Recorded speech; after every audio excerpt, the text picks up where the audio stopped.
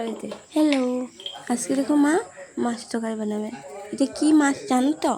বোয়াল মাছ। মাছটা ধুয়ে লবণ দিয়ে দিলেন, তারপর হলুদটা দিয়ে দিলেন, একটু মেখে কড়াইটা গরম করে তার মধ্যে তেল দিয়ে দিলেন। তেল দেওয়ার পর মাছটাও হালকা হালকা ভেজে নেবেন। ভেজে নেওয়ার পর মাছটা নামিয়ে নেবেন।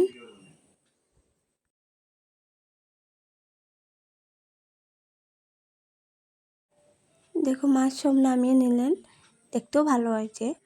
এদিকে দেখো আমি মশলাটা করে নেব। পেঁয়াজটাও দিয়ে দিলাম, এদিকে আদাটাও দিয়ে দিলাম,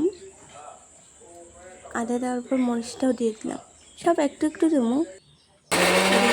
করে নিলাম, মশলাটা হয়ে গেছে। এদিকে দেখো কড়াইটা গরম করে আবার তেল দিয়ে দিলেন, তার মধ্যে কালো জিরা দিয়ে মশলা যেটা করা হয়েছে ওইটাও দিয়ে দিলেন। দিয়ে এদিকে সরষেটা দিয়ে দিলেন,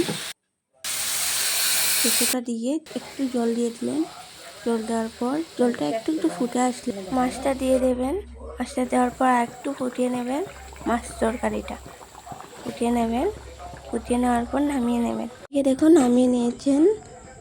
তুমি আমার পেজটা সাবস্ক্রাইব করে দিও আর লাইক করে দিও, কমেন্টে জানিও কেমন হয়েছে।